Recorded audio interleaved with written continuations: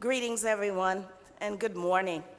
My name is Dr. Renee McLeod-Sorgen, and I'm the proud dean of the Hofstra Northwell School of Nursing and Physician Assistant Studies. Thank you for joining us on this, our 7th convocation. And so now,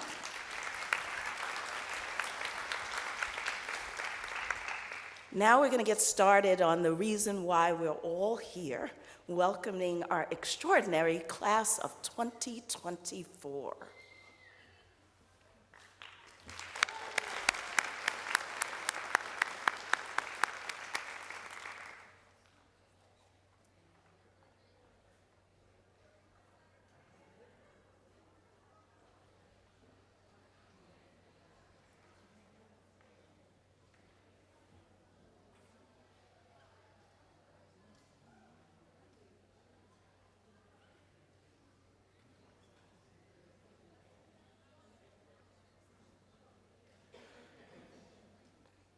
Trust me, they're not going to be late in the OR like this, I tell you. We ready for music? Yes, we are.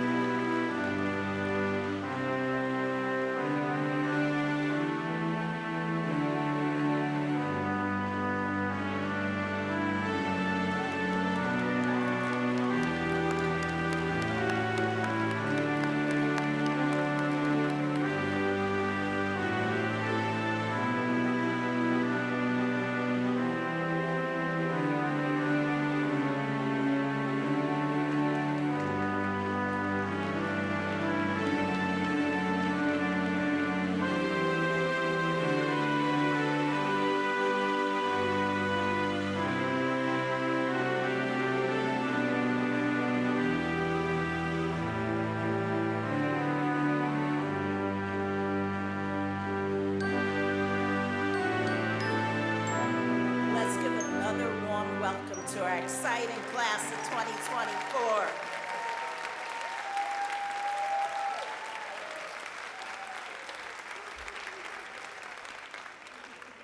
So it is in their honor that we have our distinguished doctorate in nursing practice, Master of Science degrees, and advanced certificate programs. I've already told you this is our 7th convocation for the School of Nursing and Physician Assistant Studies, and this is an extraordinary celebration as this is our 10th year at Hofstra University. You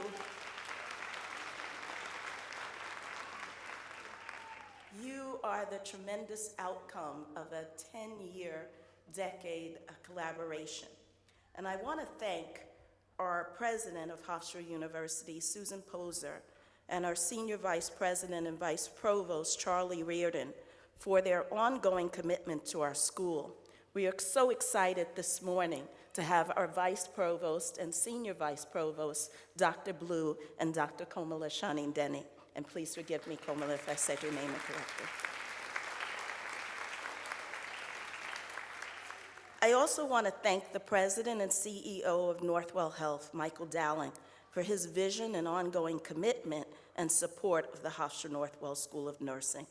Today, we mark this special occasion with the esteemed dais that is here, and we begin the beginning of the careers of perfusionists and nurse practitioners who will join the ranks of committed health clinicians in aiding and serving the betterment of communities at large. We will begin this morning's proceedings with our esteemed Master of Science in Cardiovascular Science and Perfusion Medicine, led by Program Directors Ed Delaney and Joseph Greco.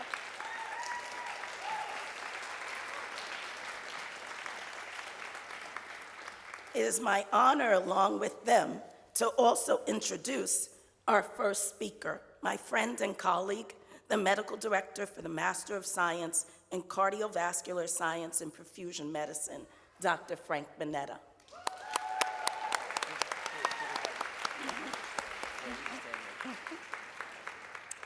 Dr. Mineta is the Professor of Cardiovascular and Thoracic Surgery at the Donald and Barbara Zucker School of Medicine at Hofstra Northwell.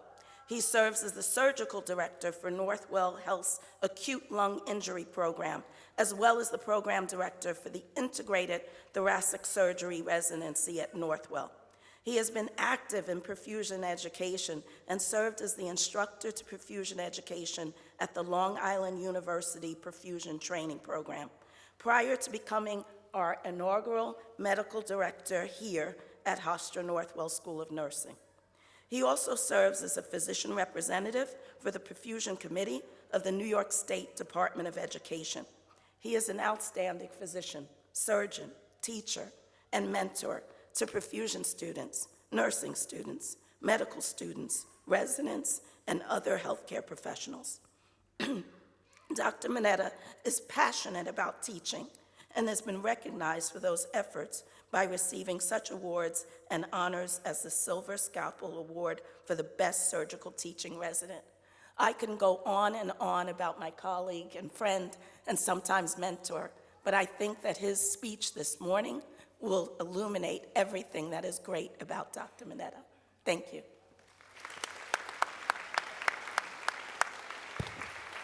Good morning. Thank you very much for that kind introduction. You know, you guys have done a lot, and you should all be very, very proud. And I want you to just turn around to the audience and the people in the audience and just thank them for all the support they gave you throughout the year to get you where you are now. So please turn around and thank everybody.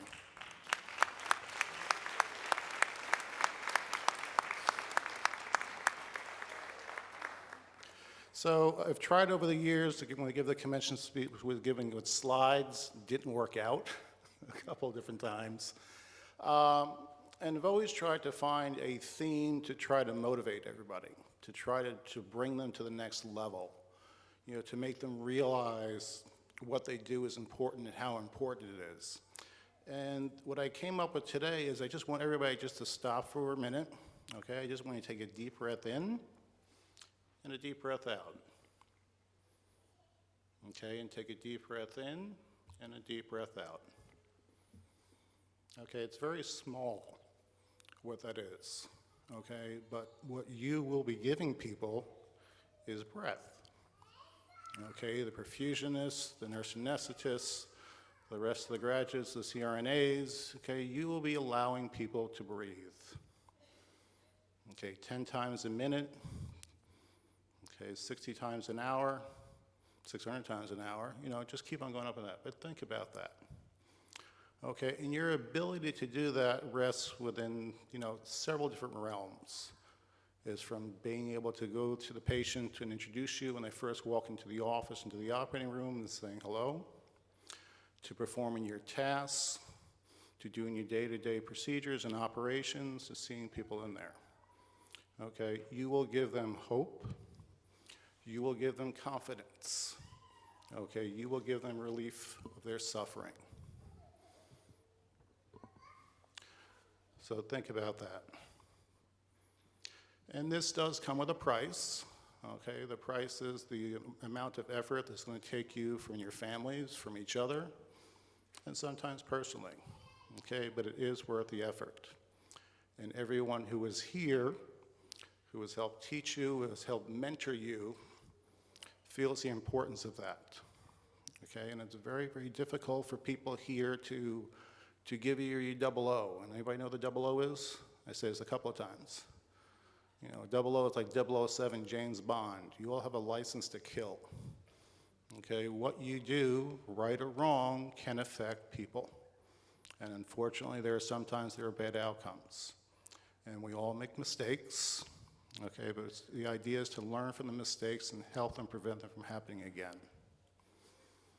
So with all that, again, I want to thank you, leave you with that. You are all going to do wonderfully. Okay, you're all going to make everybody very, very proud, I have no doubt. Okay, it was a long time ago that I was in your position, graduating from medical school and surgery residency and so on and so forth. And every year, it gets a little easier because you know what you're doing. Every year, you become a little more proud. Every year, you become a little more confident. And what I hope from all of you is you will take the time to sit down there and to acknowledge that and to realize that a lot of effort went into your teaching and your training, and that you pay it forward for the people who come in after you. Thank you very much.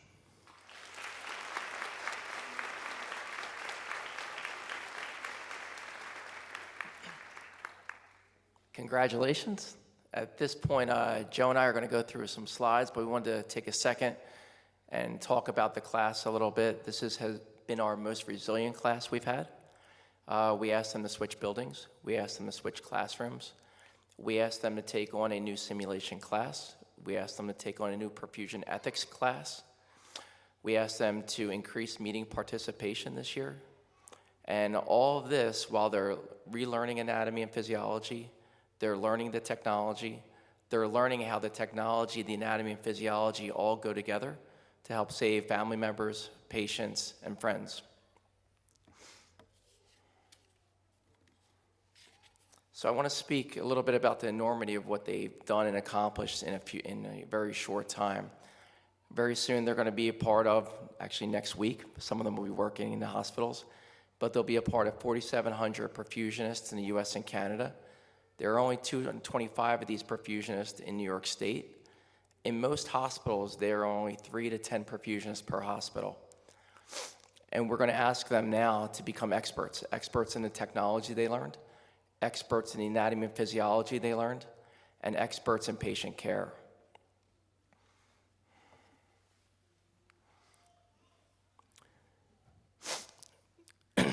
What I want to do now is bring up our student speaker, Vivian Moreno, and then after that, Joe and I are going to go through some slides about the program itself.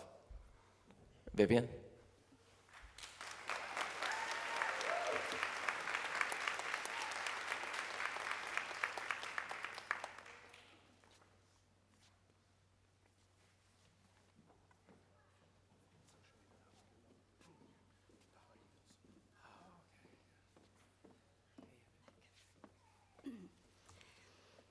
Good morning, everyone, and graduates. Thank you, Dr. Mineta, for a wonderful keynote address. My name is Vivian Moreno, and I am honored and grateful for the invitation to speak before the faculty, staff, today's graduates, and to our families and loved ones on this very special day as we celebrate the graduation of Hofstra's perfusion class of 2024. Congratulations to all of you, to your family, and to your friends. Today, we get to commemorate all of our accomplishments, and everything that we have to look forward to will be nothing but extraordinary. As for me, this day is definitely up there from the moment that my sister was born, the moment I graduated college in the United Kingdom, and the moment that I worked as a ball girl at Serena Williams' final match in the US Open. Thanks. I'd like to take a moment to say thank you to all of our pillars of support that have been there for us since the very beginning and for continuing to keep us grounded. A thank you to all of our clinical sites and preceptors for sharing their knowledge, providing an invigorating learning environment for their patients, and for guiding us in our clinical skills development. I'd also like to say thank you to Lauren Perinello, our course coordinator, for her support and for always being there for us. Finally, I'd also like to say a thank you to our program directors, Ed Delaney and Joe Gretko, for their dedication, support, encouragement throughout our educational journey and shaping us into becoming the best perfusionists that we can be.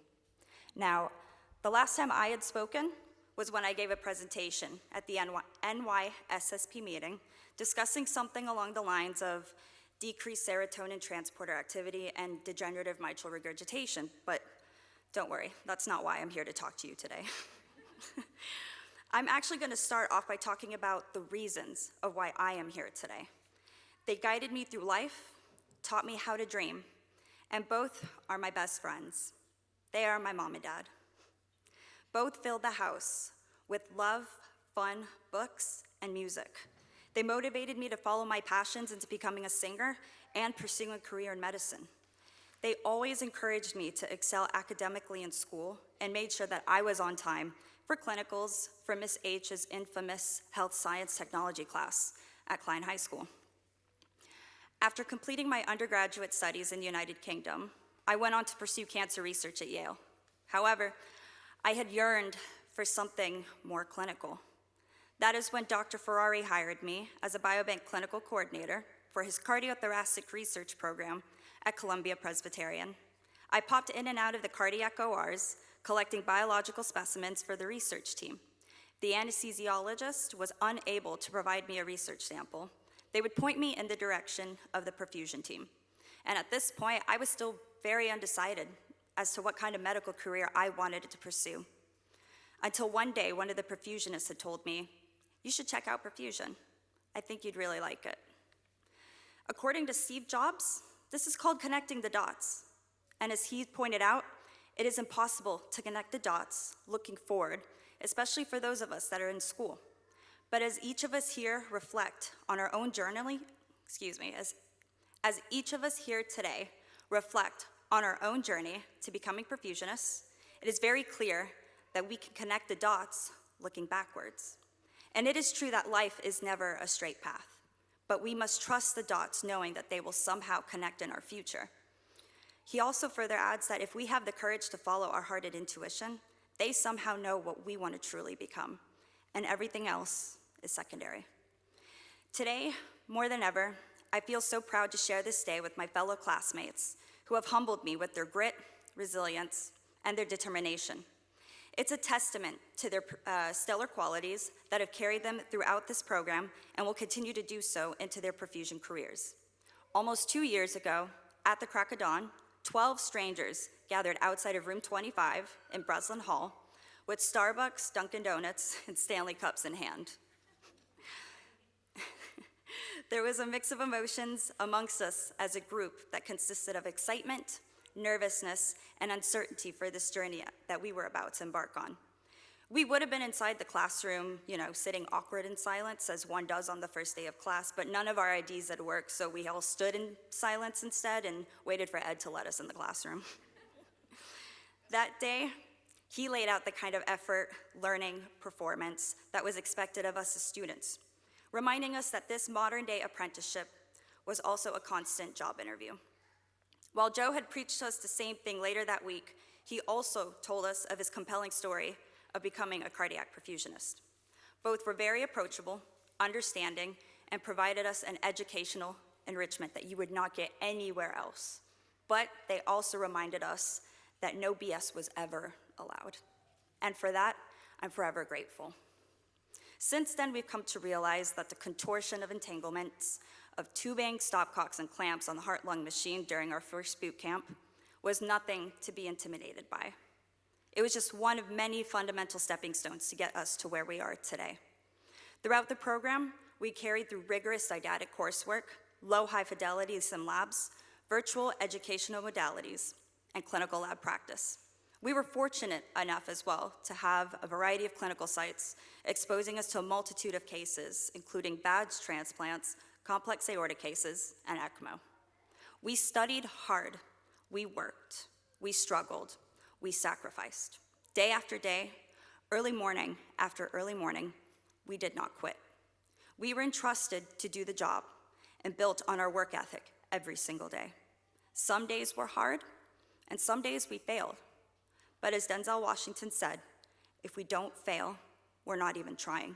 And to get something you never had, you have to do something you never did. Because of our unique backgrounds, we were each able to bring something valuable to the table, and that was definitely advantageous for us as a class. We were the type of people that would learn what was taught to us, but we hungered for more knowledge. And regardless of individual obstacles and personal hardships, someone was always around to listen, to study with you, and to remind you that the tough days are temporary. Going through this journey together, I feel, has given us a special bond. We developed a solid foundation as a team and created a family that I am fortunate enough to be a part of. I think we as a class can all agree that what we do is great work. We all love what we do. It will continue to get better as time goes on. The field itself is constantly growing and changing. I know we have the talent and the capacity to make a difference, create breakthroughs, and improve the field of perfusion. I expect many great things from all of us. Ed, Joe, and Dr. Mineta had the perfect formula in selecting this class because it resulted in all of us gathering here today proudly wearing the blue caps and gowns that we rightfully earned. As I wrap up, I'm going to leave you with some advice that I had learned during my experience here. Always continue to do good and never hide your enthusiasm for trying. Don't burn your bridges, but continue to build them. Always help the person next to you because it was always going to come back to you. Remember, flow is king and neo is for the weak. No matter where you are right now, you are exactly where you need to be for the next best thing to happen. Thank you and congratulations.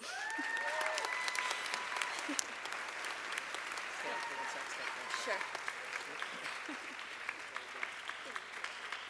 So one of the things we do is we have 2 awards, but we don't tell the students who's getting them. Kind of our last little torture. For our Pride Award, it's actually Vivian, and when you listen to that speech, it kind of dictates why she's part of our Pride Award recipients. Everything we've asked Vivian to do throughout the entire program, she's volunteered for, she's made it better, she's grinded out the work. Her academics, her leadership have been unparalleled. She's done an excellent job in everything that we've asked her to do throughout the program, and we felt that she kind of represents the best of what our program has to offer. Any of these students here today could have similarly got the award. They're all excellent in their own right. But for our Pride Award, we picked Vivian. Oh, sorry.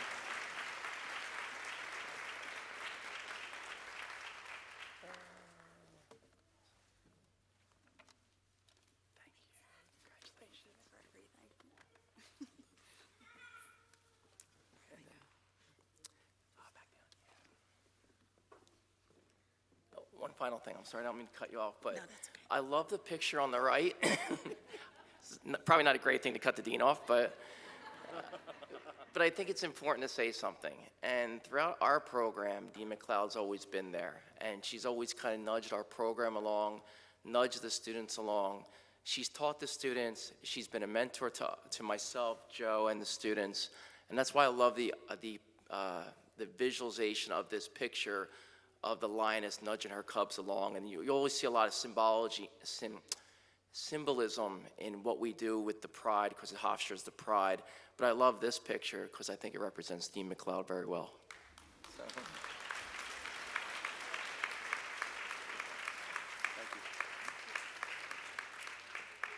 you. You know, they want to make me cry, right?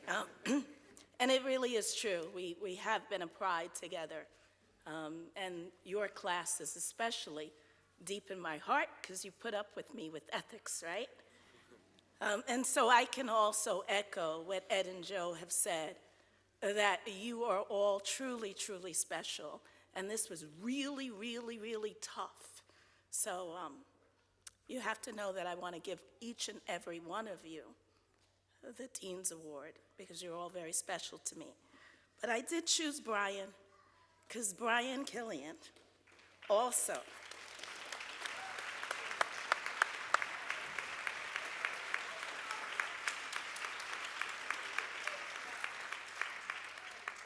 exemplifies what is really best about making Flo King.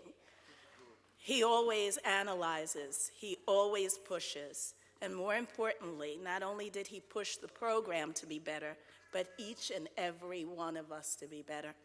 Working tirelessly during COVID, challenging norms, and being the best that Hofstra has to offer. And it was super, super close, Vivian. If I had known about, Serena, that could have tipped it. But Brian, it is my pleasure to offer you the Dean's Award.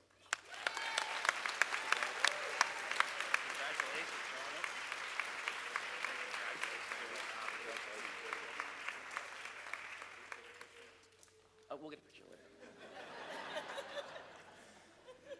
So the other thing Joe and I do is we put together a number of slides that kind of gives your families a little insight of what you had to do throughout the program.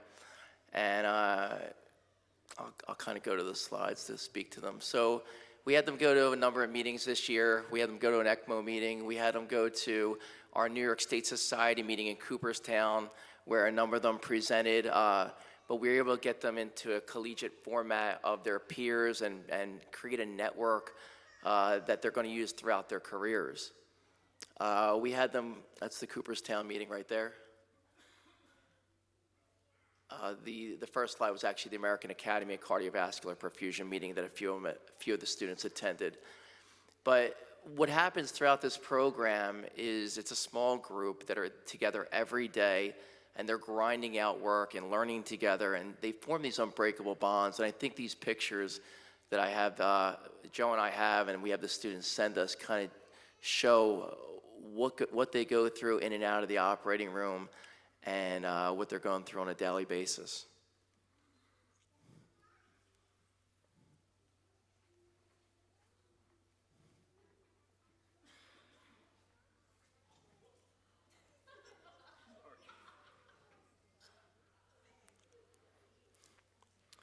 We were able to set up an alumni meet and greet further and to build their network.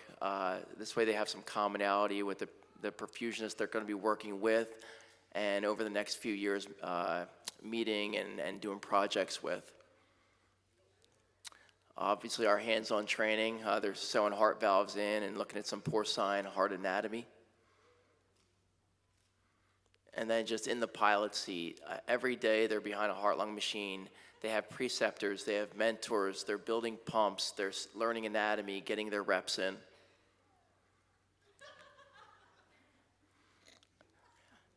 I wasn't sure if you were mimicking Joe or not in that picture on the left.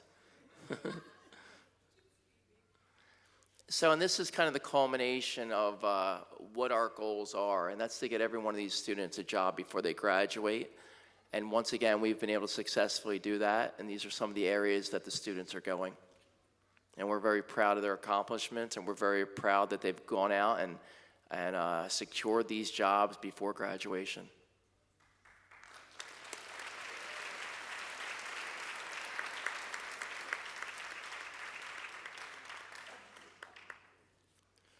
So, and then just once again, the sheer magnitude of what was accomplished. Collectively, this class did over 15,000 clinical hours and close to 2,000 bypass cases pumped from start to finish.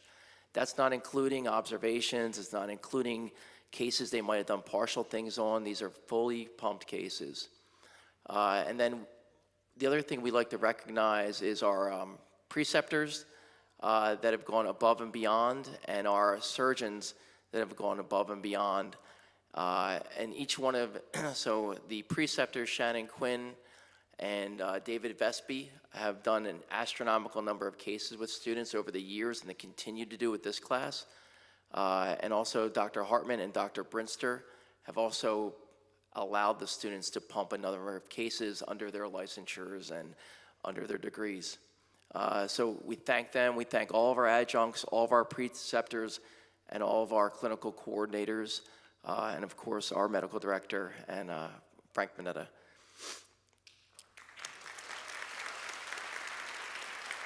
And now I'm going to have Joe introduce the class of 2024 to you. What we always have them do is send us in a picture of where they are at and or where they're going to work or where they're at in their clinical site, and also a quote that either they identify with or that they identify the program with.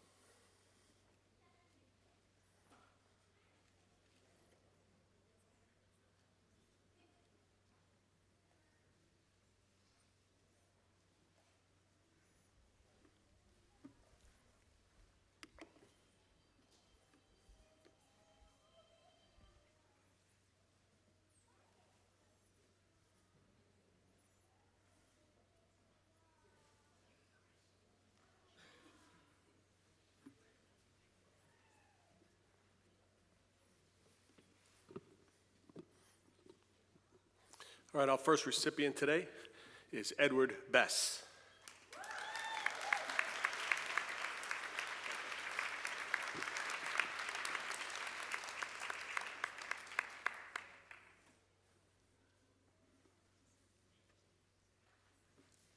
Our second student is Stefan Bogazian.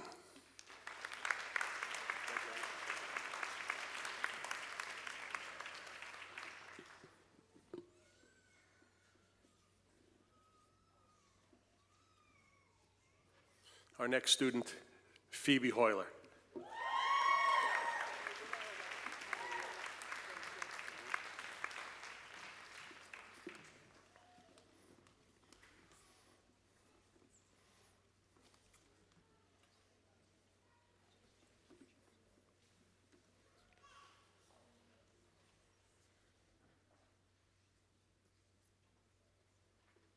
Our next graduate, Jason Wang.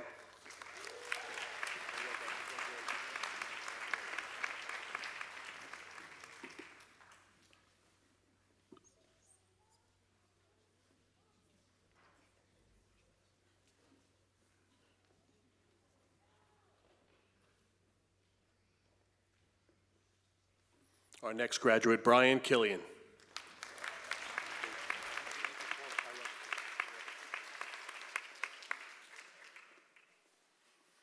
That's not really my quote, it's my mother's.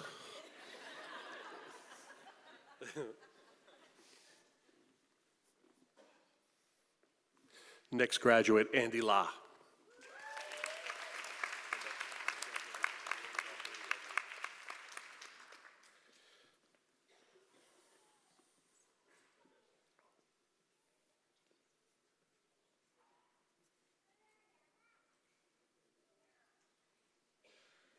Next graduate, Stephen Matthews.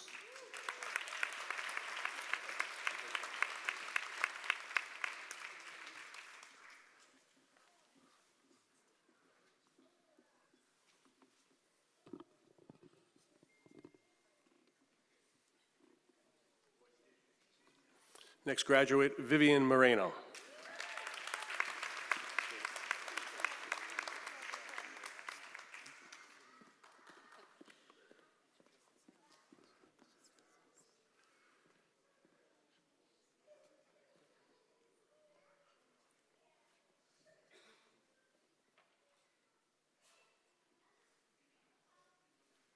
Next graduate, Michael Rodriguez.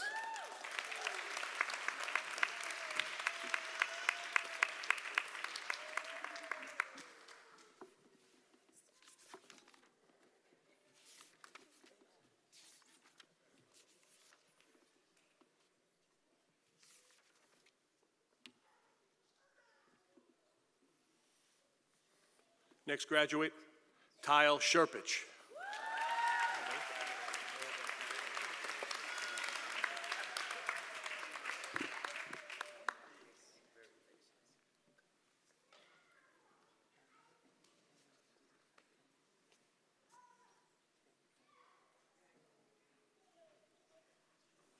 Next graduate, Colleen Taranajan.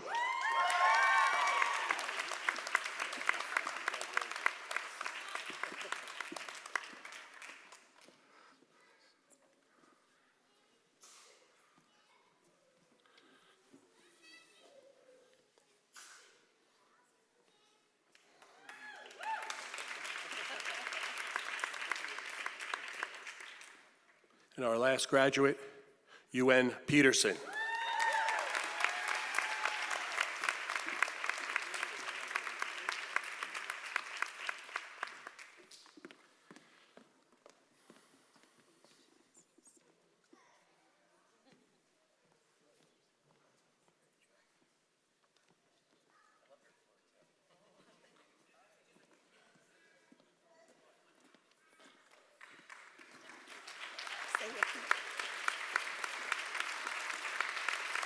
So let's give a round, rousing applause for the Perfusion class of 2024.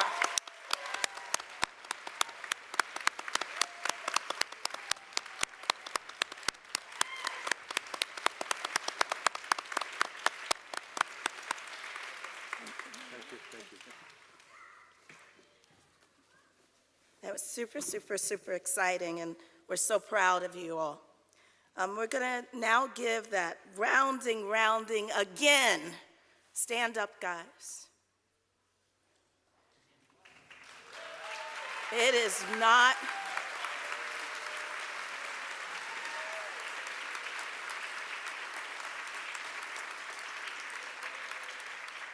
not many schools that can say that students are with renowned surgeons such as Dr. Mineta and Dr. Hartman. And I know personally, for being Dr. Hartman's nurse when I was just a wee baby nurse, that is a tough person to say, here is the reins, create flow on my case. Not only is Flo is king, but Flo is also queen. And we are so proud of each and every one of you. So we're also equally proud of our nursing graduates. And so we're going to transition a little bit to nursing, and you're going to just see how extraordinary all of our students are in our school. And I want to start by bringing our keynote for nursing up. It is indeed my pleasure to introduce our guest speaker, Dr. Frankie Hamilton.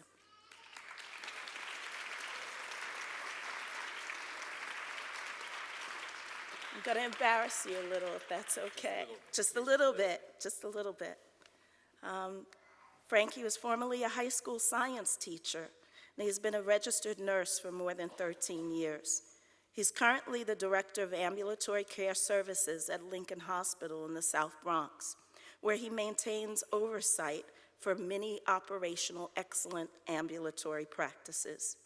Before joining the Lincoln team, Frankie held leadership roles as the Assistant Nurse Manager, Quality Specialist, Assistant Director of Nursing, Administrative Director of Nursing, and Deputy Chief Nursing Officer. Frankie is also a lieutenant in the United States Navy Reserves, where he works as a Navy nurse, ensuring sailor readiness for deployment, completing even recently a 9-month deployment in Guantanamo Bay, Cuba, where he worked as a nurse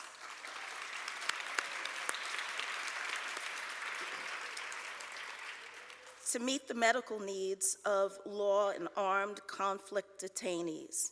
Frankie is also esteemed in education.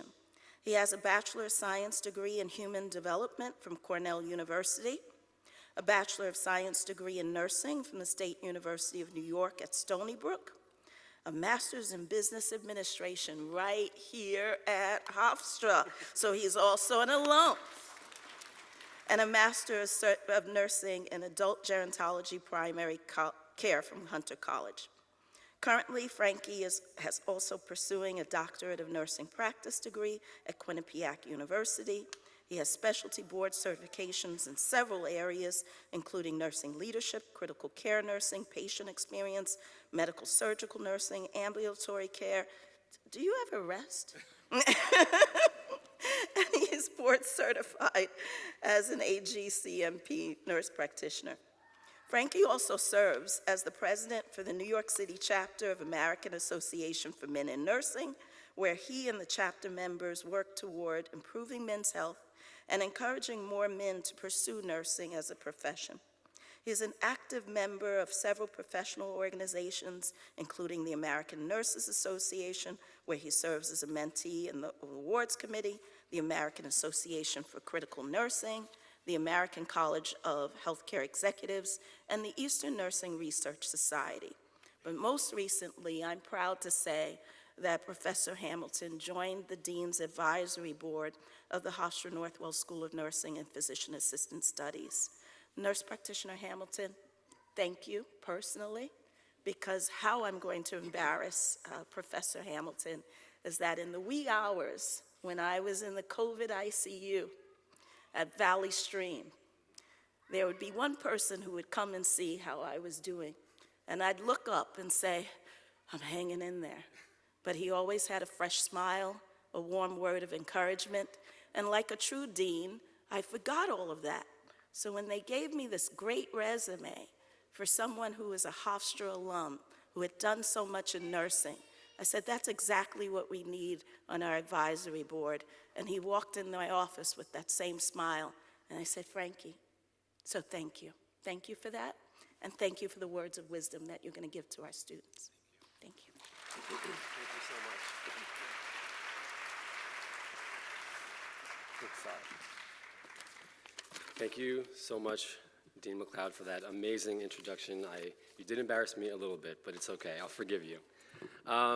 So, good morning, distinguished members of the administration, faculty, Dean McLeod, proud family and friends, and of course, graduates of the class of 2024. A huge congratulations to all of you on this amazing achievement.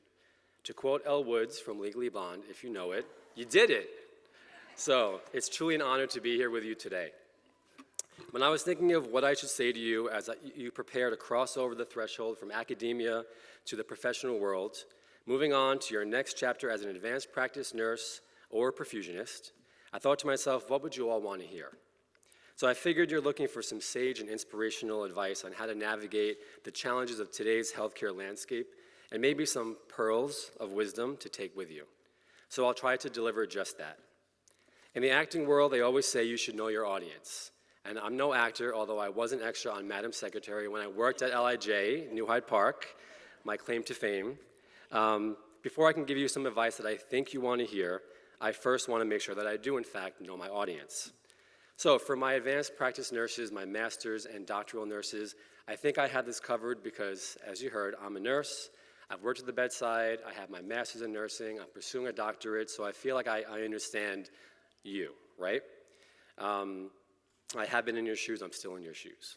So I know that you've survived a rigorous curriculum, completed countless clinical hours, spent tons of time studying, and maybe had an occasional meltdown or two, depending, during finals or midterms. Many of you likely juggled various responsibilities throughout the program, whether it was managing a part-time or full-time job, fulfilling personal commitments, raising a family or taking care of family members. But no matter what, I know that the journey to today was not easy. And I know that everyone here in the audience, your faculty, your family, your friends, are incredibly proud of you and in awe of all of your accomplishments. So, I also know that you couldn't get to where you are today if you didn't care about the nursing profession, about your patients, about acting as an agent of change to improve the healthcare system, which can definitely use some improving. You wouldn't have done all of this if you didn't have the heart for it. The heart, the passion, the drive, and the commitment. How did I do? Does that sound about right for the nursing? Okay, good. So now for the perfusionist. I can't relate to you as much because I haven't had the privilege of working alongside you before, and I don't know too much about your role. So I did what any self-respecting professional nurse administrator would do when they want to learn more about something. I leveraged technology and I asked ChatGPT. So shout out to artificial intelligence for the help here. So here's what it said. A perfusionist is a highly specialized healthcare professional responsible for operating a heart-lung machine, usually during cardiac surgery to maintain proper circulation and oxygenation of the patient's blood while the heart is temporarily stopped. You administer medications and fluids, regulate body temperature, and work closely with the surgical team to optimize your patient outcomes. So in my mind, it sounds like you and the machine are playing the role of the heart, right? Which is simply amazing to me. So I know that you too have survived an incredibly rigorous curriculum, countless clinical hours, simulation lab, and you've also had to juggle many personal commitments. So you and your nursing counterparts have that in common. And also, just like nursing, you couldn't get here today without having the heart for it. So in fact, your role is literally all about the heart, and I would venture to say that it takes heart to save heart. So your role in patient care is technical, I imagine intense, and fulfills a critical need. I know that you wouldn't have chosen to pursue this profession if you didn't have the requisite passion, drive, and commitment for it. So how was that? Is that good too? Okay, good. So I'm good, check. All right, so to all the graduates here today, know that you have all chosen a noble profession that has required heart to get through this program, but will also require heart to get through the next years in your professional careers. The journey you're about to embark on is not going to be easy, and I don't say that to be discouraging. I say that to be transparent and to set expectations. So, however, I did promise you some advice, so advice you will get, and hopefully this will help. So we're going to imagine that we're in your last Pearls classroom of your academic career, okay? I know that you thought classes were done, but this is just humor me here, okay? It's the final one. So we're working on a case study, okay? So for those of you who don't know what Pearls are, Pearls classes are small group discussions where the students direct their own learning and look at a case study and figure out what the pearls of wisdom or the important takeaways are from that case. So today's going to be a little bit different. We're going to flip the script, do a little switcheroo, and I'm going to give you the answers and the pearls instead of you giving me the pearls, okay? And today, the case is not going to be about a patient, but the case is about you. It explores the idea of what postgraduate success looks like for Hofstra's newest generation of advanced practice nurses and perfusionists, and what tools you need to help you succeed in your new roles. So what would the pearls of this case be? I came up with 8, okay? And they're all related to what you know best, the human body. I know that you're all experts in that by now, right? So the most important parts of the body that you will need to help you shine and succeed and flourish in your new roles are as follows. The heart. Stay passionate, keep your drive, find joy in what you do, and figure out how to keep joy in the work. Remember to act always with compassion and deliver person-centered care that's tailored to your individual patients in the most equitable way possible, knowing that not every patient has the same needs. Your voice. Always advocate for your patients, communicate often and effectively with your patients, their families, and especially your team. Speak up when you know something's not right. Use your voice, it's a powerful thing, and as healthcare providers, we have a responsibility to use our voice to speak on behalf of those who are unable to speak for themselves. Your brain, obviously. The roles you're taking on require immense critical thinking and problem-solving skills. You'll need to continue to pursue new knowledge, stay up to date on technology and new innovations, and you'll need to be committed to a lifetime of continuous learning. Eyes. Pay attention to detail. Notice the small things and don't forget to look beyond the surface. Not everything appears as it seems, and you need to always remain situationally aware, not only to maintain your patient safety, but to maintain your safety as well. Your hands. Hone in on your technical skills. Whether you're managing a procedure or the heart-lung machine, your technical skills are important, but also remember the importance of therapeutic touch, and I know my nursing colleagues know that very well. So the healing touch is important in the care that we provide. At orientation in my hospital, one of our educators always says, many patients haven't had human touch or human connection in a really long time. So in our roles as healthcare professionals, it's a privilege for us to care for our patients, and every day that we go to work, we touch someone's life and they touch ours. Your ears. Actively listen to your patients and the needs that they express, but also to your family and friends and your colleagues. Listening can be underrated sometimes, but if we want healthcare to improve and we want to do better, which we can, we need to listen more carefully to what our patients need. Your spine. Your spine keeps you standing tall in the face of challenge. It represents your strength, grit, and resilience. We already said that life isn't going to be easy, but you'll need strength and courage to tackle any challenges that come your way, professionally or otherwise. And lastly, your soul. Your soul represents the essence of caring, integrity, and the deep connection between you and the patients you'll be serving. Never lose sight of your why, and remember to be good to your patients, but also to be good to yourself. If you sense your empathy bucket is emptying out, figure out how you can refill it, because you have to come to work every day as the best version of yourself. Otherwise, you won't be able to deliver the kind of effective care that you want to. So I'm going to leave you with one final story about a patient that I know from when I was working at a different hospital a few years ago who was awaiting a lung transplant. This patient was on ECMO, for the audience, extracorporeal membrane oxygenation, but they've probably told you that, your students probably told you that already, requiring care of a critical care nurse practitioner, a perfusionist, and a team of other medical professionals.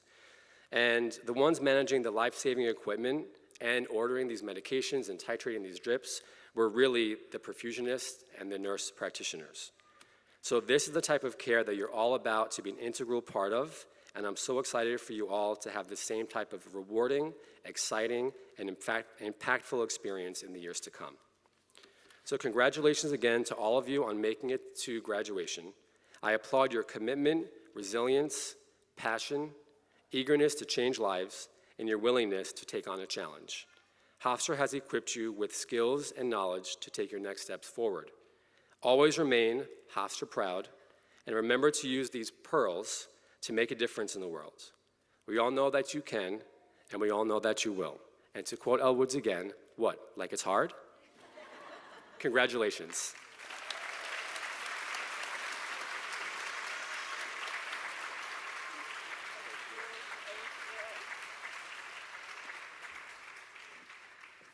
Thank you so much for that. We've been hearing just how incredibly gifted and resilient you all are.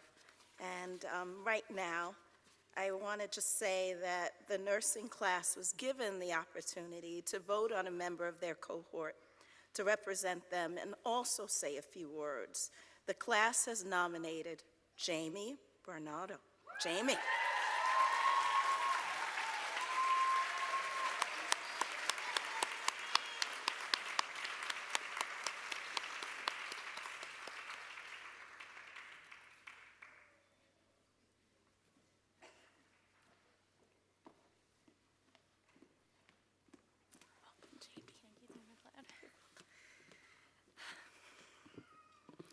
Good morning, esteemed faculty, proud family, loved ones, and my fellow graduates.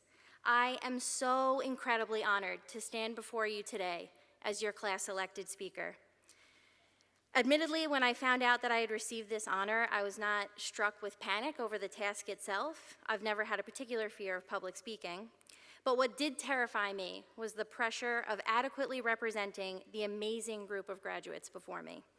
I asked myself the same question that I have asked so many times before in the last 3 years. Can I do this? Because I know that no mere words of mine can do justice to our journey over these past 3 years. No mere words can amply describe what we have collectively overcome to be here, and no mere words are worthy to express how truly proud of ourselves we deserve to be today. But this is my humble attempt. Each of us trekked unique paths in our nursing careers that led us to the application for this program and the desire to become nurse practitioners. We were one of the first classes formally welcomed back to campus after the virtual reality that was necessitated by the COVID-19 pandemic. The pandemic affected all of us in this room in different ways. I know that for many of my fellow graduates and me who were bedside nurses at the time, it was an unprecedented experience that we never could have anticipated having signed up for. We were in the thick of a very frightening reality, the images of which stay with us to this day. It compelled us to come to terms with what we were truly giving of ourselves, and it left many of us feeling depleted. While we should forever be proud that we were in a position to contribute to the safety of our communities in the way that we did, I recognize that we all came out of that time in desperate need of healing. What about healing meant go to grad school and make your life 1,000 times more stressful? I don't know, but here we are today. The application process was likely when we all first asked ourselves the infamous, can I do this? The creeping suspicion that we could not likely peaked during the Pearl simulation we had at orientation when a previous graduate recited from memory the steps of the complement system. The stark reality of what we had gotten ourselves into hit us rather quickly. We spent our first didactic year learning from Dr. Cassara how to organize our thoughts into metaphorical buckets and teaching each other LOs in the Pearls dungeon. I was so unbelievably fortunate to spend 2 Pearl semesters as a limp lady and showing up every week being nearly certain that I had no idea what was going on. I clung to Dr. Lemp's comforting assurance that it all works out in the wash. Over the following 2 years, we continued to learn and grow in both the classroom and the clinical arena. The simulation lab was the stuff of nightmares. Our Google Calendars quickly began to resemble the schedule board at an airport terminal, and our actual days off became few and far between. With class days and work days and clinical days stacking up and assignment due dates approaching and the stress and exhaustion mounting, we asked ourselves repeatedly, can I do this? All the while, we forged relationships with each other that were built on strength, encouragement, and mutual respect for our shared struggle. I could not be prouder to be a part of this group. I have learned so much from you, and I have gained friendships from this program that I hope will last me a lifetime. And that's a big deal for someone in our 30s. We don't just go around making new friends. There were times that we, in many ways, carried each other through the tears, laughs, wellness checks, early mornings, late nights, and many, many text messages exchanged. Where do we actually have to show up tomorrow? What is actually due right now? Did you sleep this week? I am equally grateful for the support of our faculty, who have encouraged us, guided us, and demonstrated a genuine desire to see us succeed. And of course, I want to recognize the support of our families and loved ones, of those who are here today, and any of those who can't be here today for whatever reason, but who are here in all the ways that they made us who we are today. Thank you for sharing in this moment with us and for supporting us these past 3 years. When we asked aloud, can I do this? Thank you for always being there to assure us that we could. To which we would respond that you have no idea what you're talking about, and we need to quit, and you don't understand how hard this is, and you can't possibly imagine what we're dealing with. Yet your support persisted, so thank you, frankly, for putting up with us. On that note, I just do want to ask my fellow graduates to give each other, to give all of our loved ones and our incredible faculty a round of applause for their support, without which we wouldn't be here.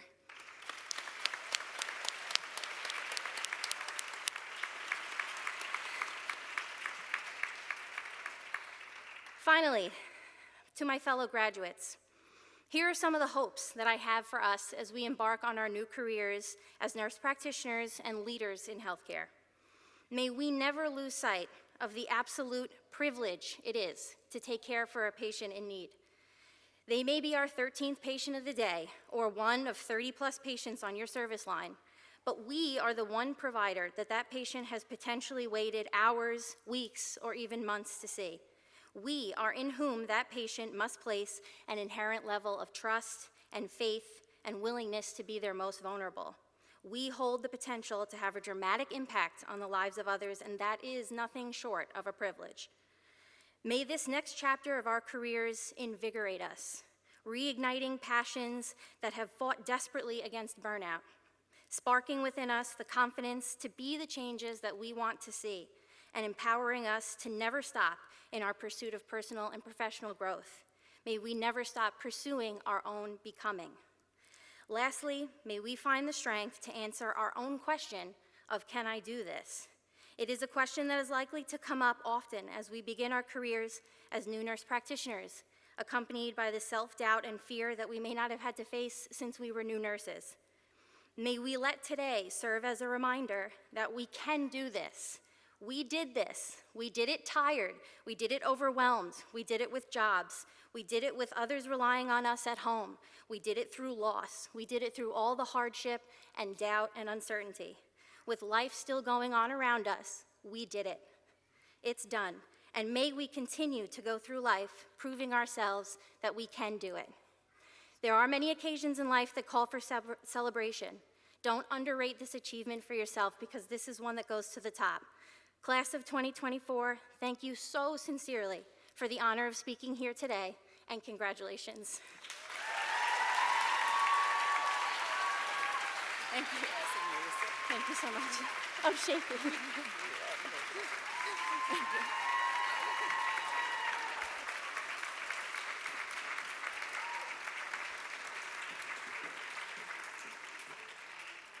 You see why I get to be so proud as dean every day. It's now time to do something fun. We are going to do some awards, okay? So Dr. Stephanie Keating, Dr. Mary Lemp, and Professor Jansen are going to join me to present the awards for their program. Sorry, Dr. Amy Smith. But listen, you were an original Lemp lady, so what can I say? And a Casara lady, so there you go. Dr. Keating.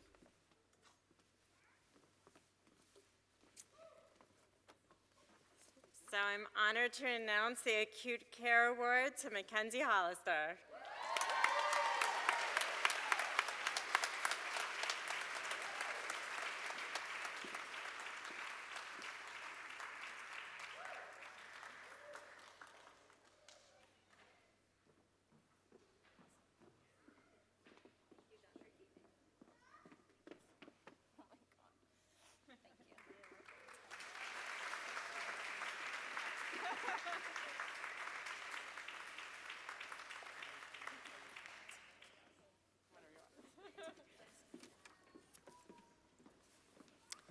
It is my extreme pleasure to announce the winner of the Family Nurse Practitioner Award to Sabrina Nagdala.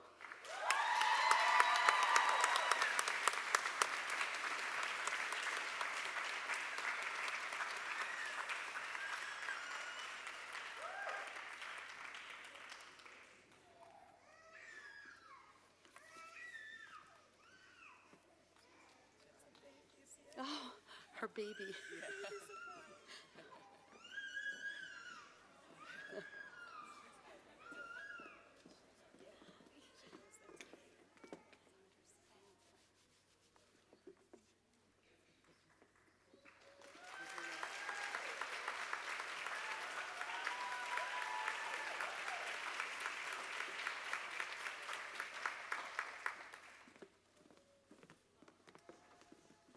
Congratulations, everyone.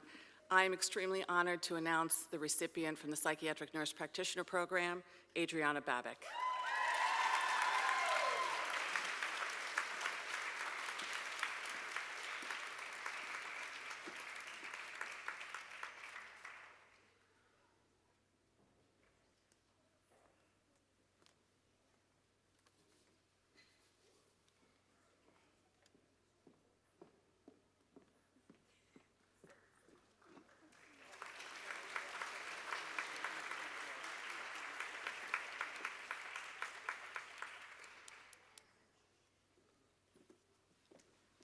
Thank you. It is now my pleasure to give out the first of my Deanship Award to one of the extraordinary nurse practitioners. Again, as I said with the perfusion program, this was truly, truly difficult, because I really want this audience to know that of all of our graduates, they maintain GPAs here at Hofstra that earns honors, Latin honors.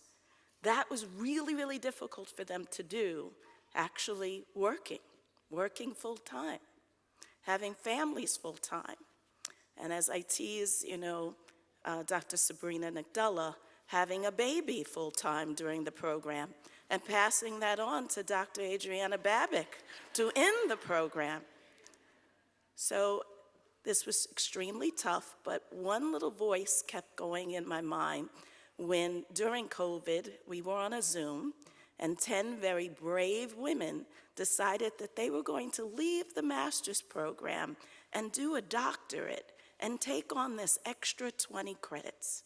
And one little face would come into the Zoom and say, "Dr. McLeod, I just don't get it. I don't get it." But with a perfect 4.0, she got it. And she knows what I'm going to say. Don't you, Nicole, Natalie?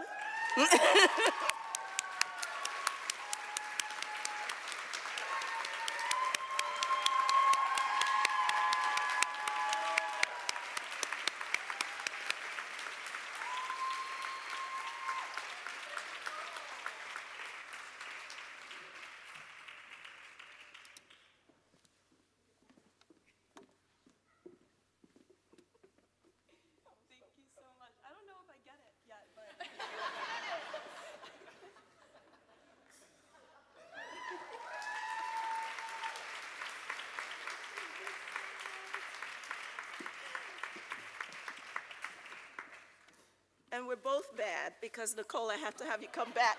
I kept your award. I kept it. Now you get it.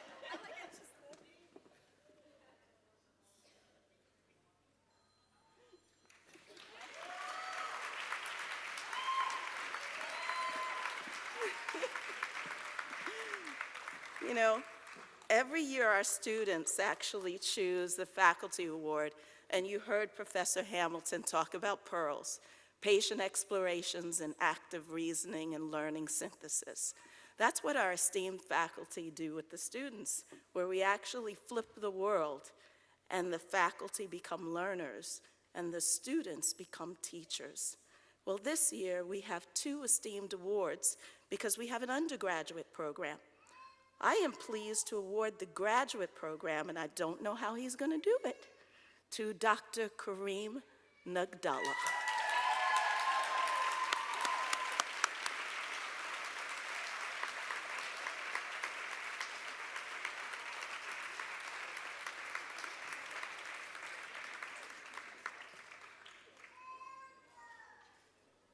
I like to tease Dr. Nagdallah that there's going to be a better doctor in the house.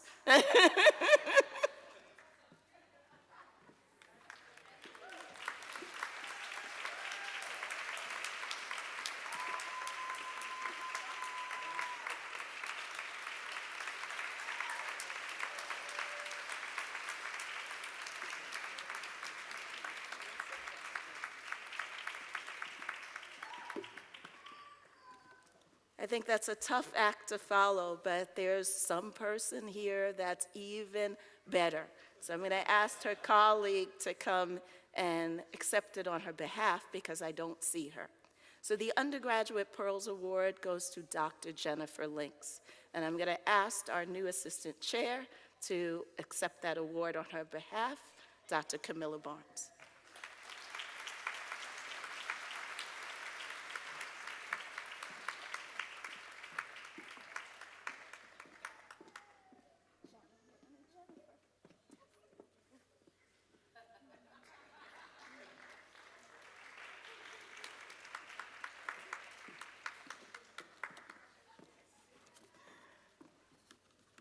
And now we have the proud, proud pleasure to bring up Dr. Mary Lemp.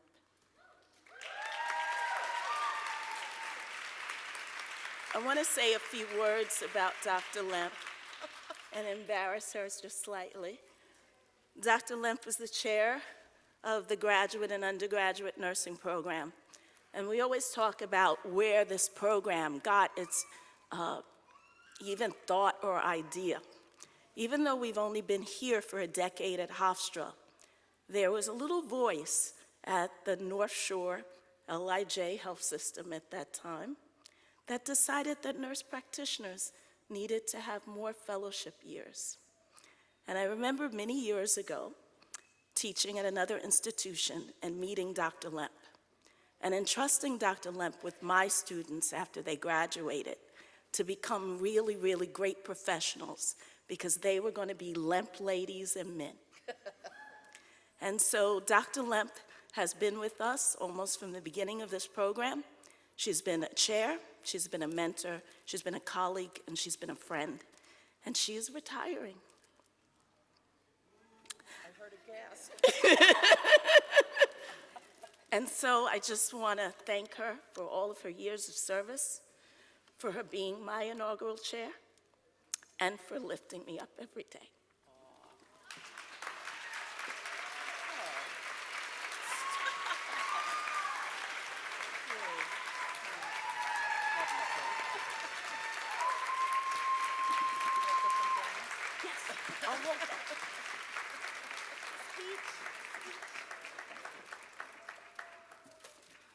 Don't worry, I won't say very much, because it's your day. Thank you all so much. It's really been a privilege to be a part of this school and having an influence on all of you as students, as colleagues, professionals, etc. Thank you very, very much. Appreciate it.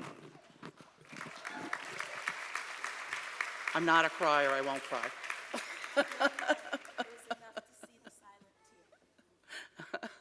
Okay.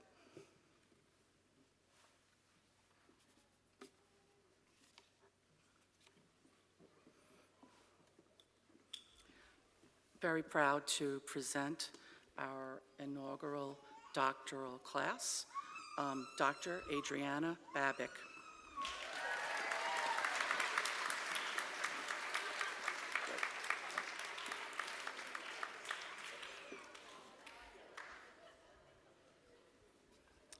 Dr. Michaela Bellissimo.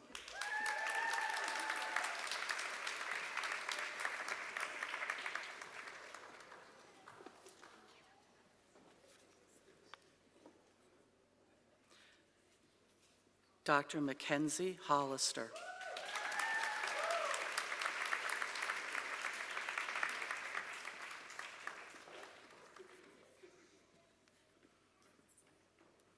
Dr. Jennifer Minguez.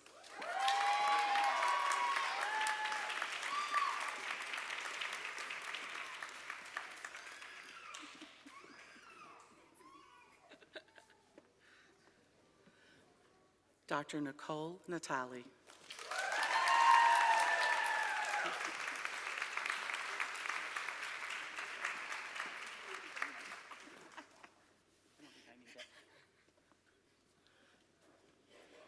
Dr. Sabrina Nagdella.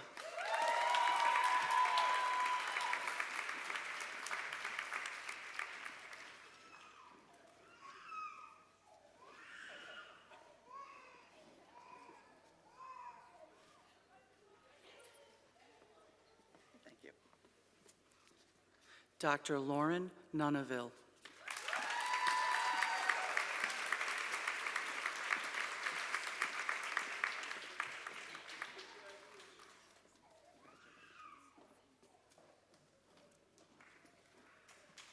Dr. Kaylin Prasad.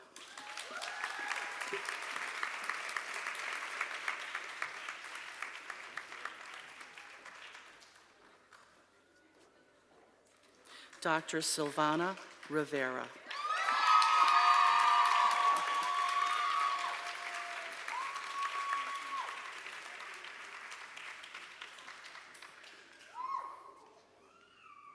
Dr. Natalia Rup-Nareen.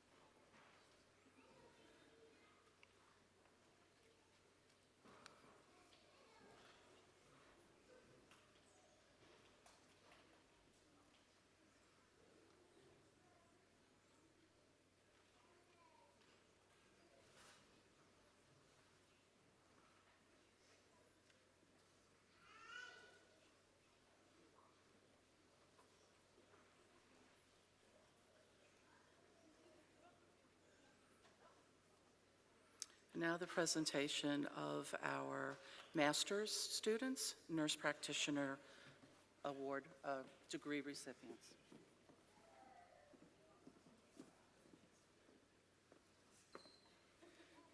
Casey Ahern.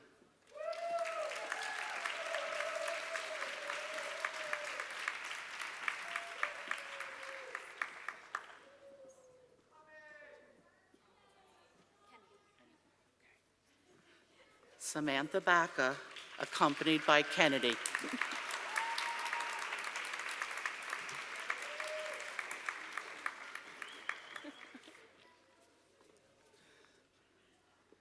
Jamie Bernardo.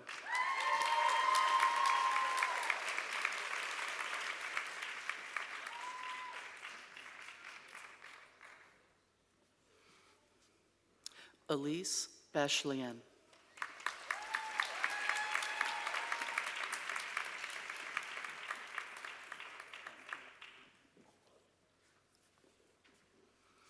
Abigail Selt.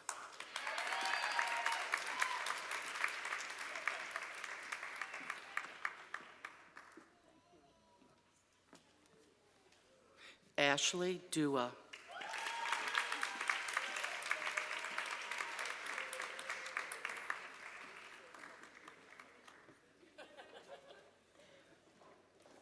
Kathleen Finelli.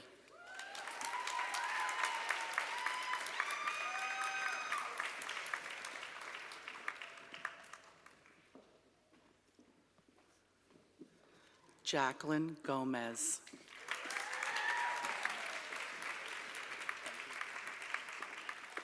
Guido. Gina Guido.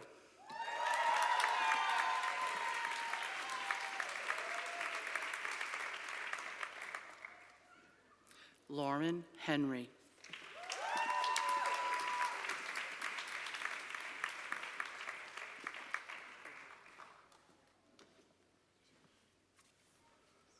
Tatiana Hill.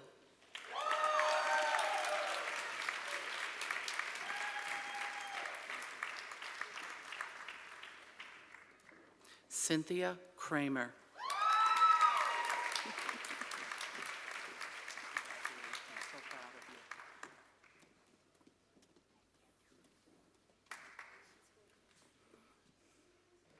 Christy Light.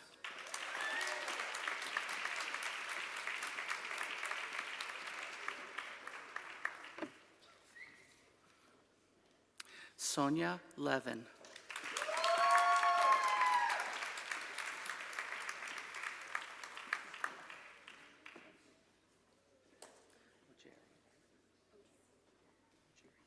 Thank you.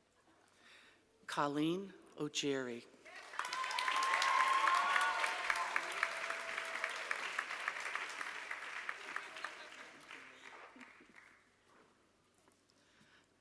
Samantha Paez.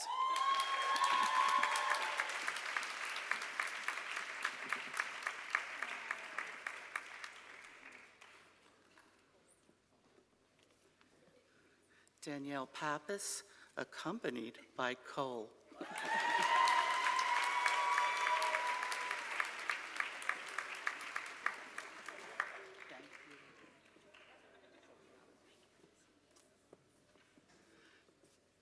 Danielle Petrilli.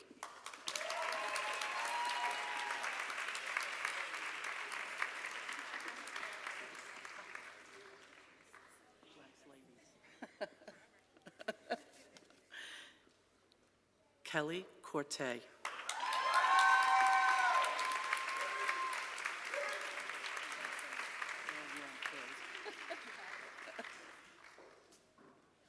Mallory Robolino.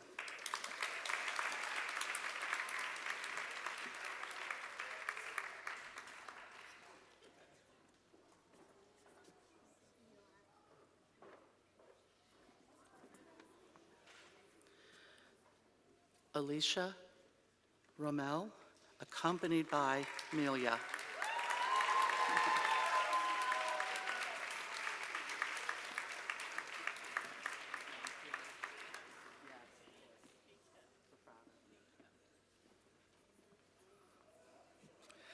Ida Sacco.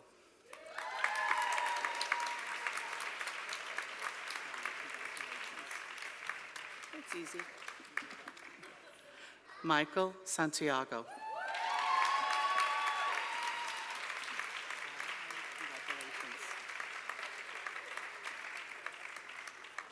Julia Santoro.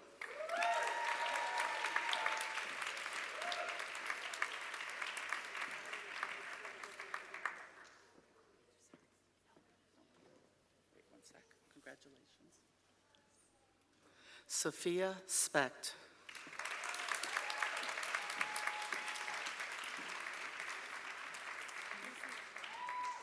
Thanks, Lucy. Congratulations. Lucy Wagner.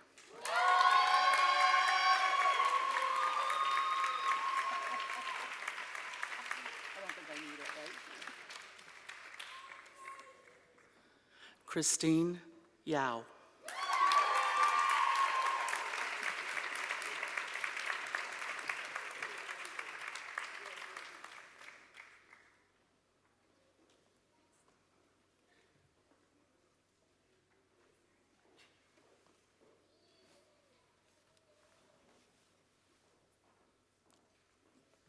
Back to our dean.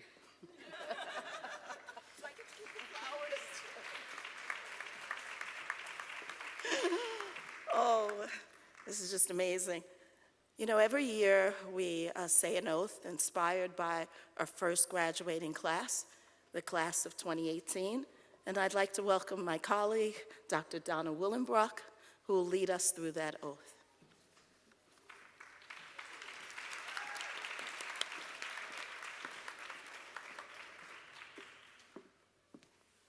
Thank you, Dean. Will all the graduates please rise? Please recite with me the oath. Ready? Okay. I promise to face challenges and obstacles with courage and excellence, and always remember that on the other side of my important work is a human, someone who loves and is loved. I will remain humble, remembering my strengths and the strengths of all disciplines, while embracing the values of leadership, scholarship, collaboration, and humanism.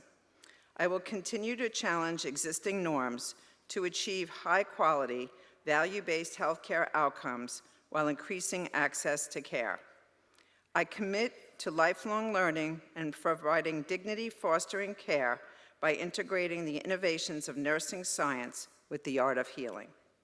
I will foster scholarship and a culture of excellence, discovery, integration, application, and education, linking scientific discovery to advance global health.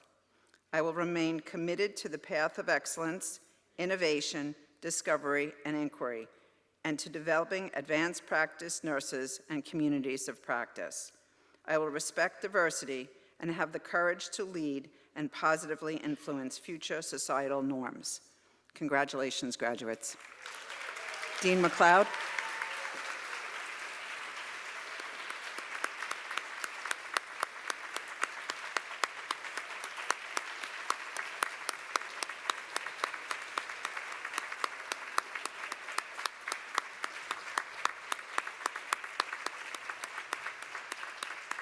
Dean, thank you.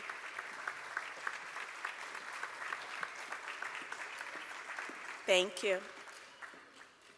We're just probably 5 minutes away from celebrating the beginning of your career, and I heard a lot of you saying you were returning back to Hofstra, so that made me really, really happy. So we've already seen that this is a wonderful and exciting day, and I've already mentioned how extraordinary our graduates are.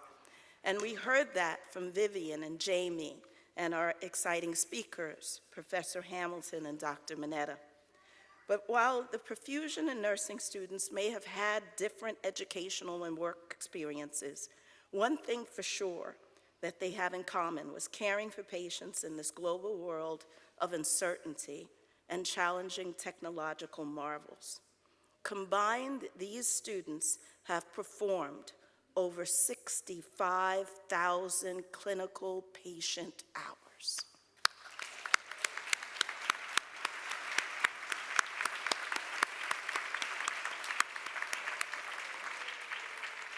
I echo what Jamie said, that our nursing graduates here today were caring for the most critically ill patients while attending graduate school in the aftermath of COVID. This is why I call them extraordinary. We must applaud their resilience and tenacity of our graduates today, because what they have accomplished was no easy task. They successfully completed rigorous programs. They entered the program in the aftermath of a global pandemic time of uncertainty, and a time of uncertainty is where we still live today. But we have all bonded together with grace and trust. They each took a leap of faith to further their careers and become advanced practitioners in a crucial field of cardiopulmonary medicine and in medicine in general. They spent time away from their family and friends to brave new accountability for patients and transition to face new challenges. The cardiac perfusion students stayed at their clinical sites longer each day to add to their cardiac bypass case totals and researched the use of ECMO that I now no longer have to explain because Professor Hamilton did so well with ChatGPT. But what it really did was be on the cutting edge of research, improving out of hospital cardiac arrest care, which was something that we were never able to do in the past. This part of their training, the day-to-day tasks, went beyond traditional training. Healthcare is dynamic, it's ever-changing. It pushes the limits of what we know, what we think we can do. And the class of 2024 personifies a modern healthcare clinician that has exceeded traditional learning, traditional expectations, and traditional norms. What each of you have done is truly a testament to your work ethic, your dedication, and resilience. All of right here at Hofstra University when my esteemed faculty were swabbing every student to make sure that we were COVID negative and extraordinary. Doesn't take a doctorate to make us extraordinary. What does is that you never gave up. You put your patients first. You displayed extraordinary courage, one of the values of our school, day in and day out. You are a special group of people, and I am so proud of you. I also want to highlight the faculty of the nursing and perfusion programs.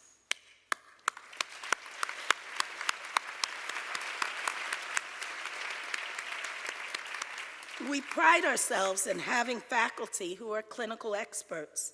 They too were working, while tirelessly working on a curriculum and also giving of themselves to the community and these patients. These experienced clinicians also showed exemplary courage while never taking their eye off their responsibility and dedication to you as students. We applauded them, but I also applaud them for their outstanding commitment, not only to you, but to society and to their professions. As we say as we prepare for Pearls, all hands on deck, and they've been all hands on deck throughout the entire 3 years. I want to thank you, Vivian, for also thanking Lauren Parinello and all of the course coordinators who aimed into each and every one of your students' success. So to the staff of the School of Nursing, I also want to applaud and thank you.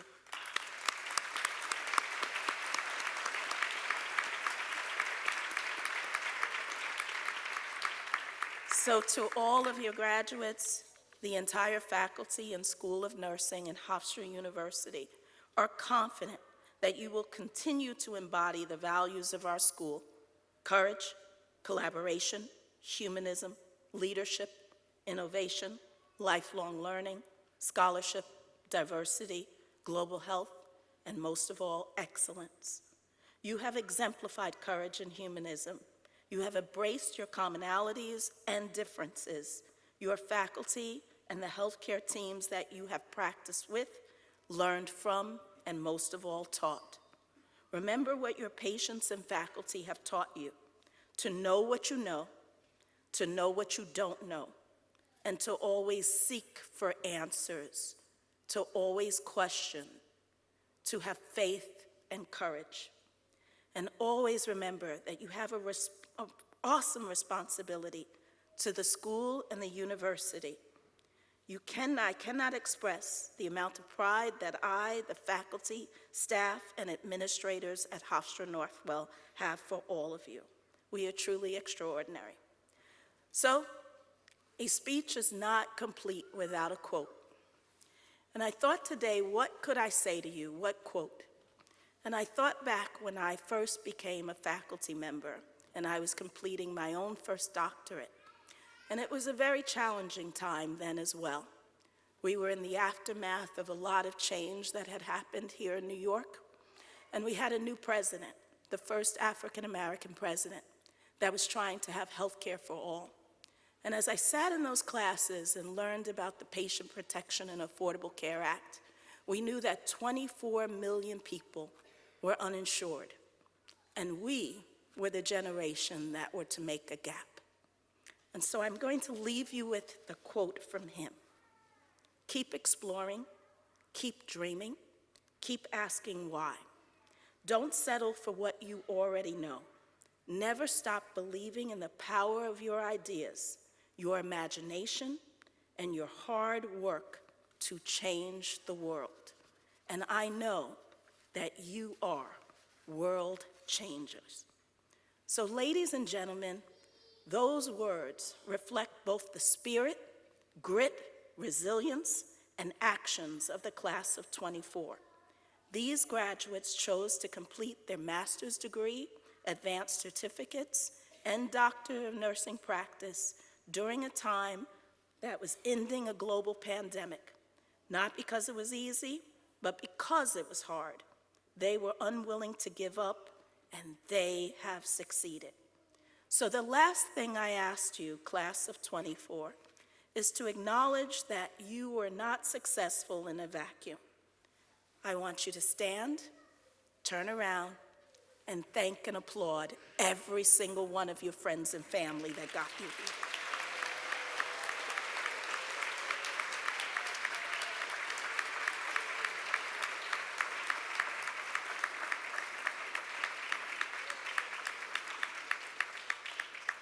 I want you all to take this day to celebrate, enjoy your families. Don't rest on your laurels, because tomorrow starts the real hard work, boards and working. So with that, we're going to cue up the music, and you get to proceed out. Congratulations, class of 2024.